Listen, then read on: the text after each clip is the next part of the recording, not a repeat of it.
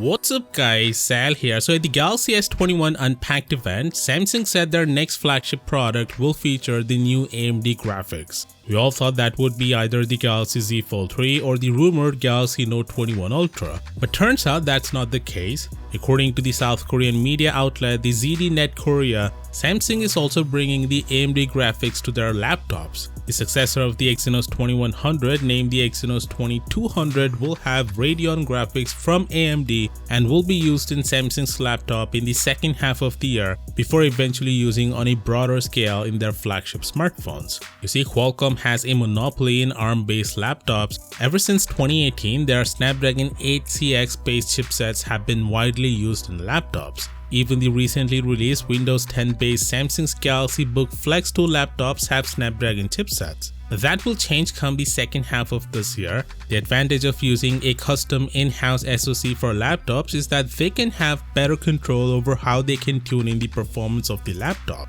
We saw how that worked wonders for Apple with the M1 chips. Not only there is a massive difference in performance between an Intel chip and an M1 chip, but the battery life difference is significant too. Recently, we saw a leaked benchmark of this new Exynos 2200 with AMD graphics that not only destroyed Qualcomm's latest chipset in GPU tests, but also outperformed Apple's A13 Bionic processor by a huge margin. So there's a huge potential for Samsung in the chipset market. AMD might finally help them achieve what they've been planning to do for years, which is to ditch Qualcomm's chips altogether, use everything in-house, and at the same time eat up Qualcomm's market share and outsource the Exynos chipsets to other brands. Also, Samsung is working on a new type of camera sensor that will use an RGBW color filter array. The advantage of this over say the 108 megapixel sensor we have on the Galaxy S21 Ultra is that it captures 160% more light, resulting in better low light photos. Huawei also uses a color filter sensor in their flagship, but it is RYYB. The RGBW sensor from Samsung is better as it will capture 15% more light than the RYYB on Huawei phones.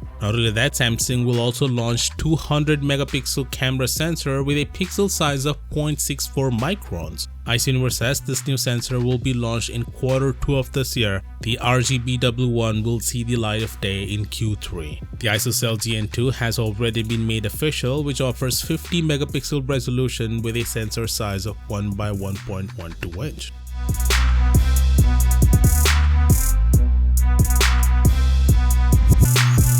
The biggest sensor we have on smartphones today is made by Samsung and is the recently launched 50 megapixel ISOCELL GN2 with a sensor size of 1 by 1.2 inches. But Sony may beat Samsung for the title of the world's biggest smartphone camera sensor. According to the latest report, Sony will launch a 1-inch camera sensor in April, and Huawei could be the first OEM to use this new sensor in their P50 Pro lineup. The advantage of a bigger sensor is that not only it captures more light for detailed and improved night photos, but you can also get those beautiful natural bokeh effects not only in just photos but in videos as well. Of course, with that being said, do let me know what do you think about this down in the comments. And as always, I'll see you tomorrow. Peace out.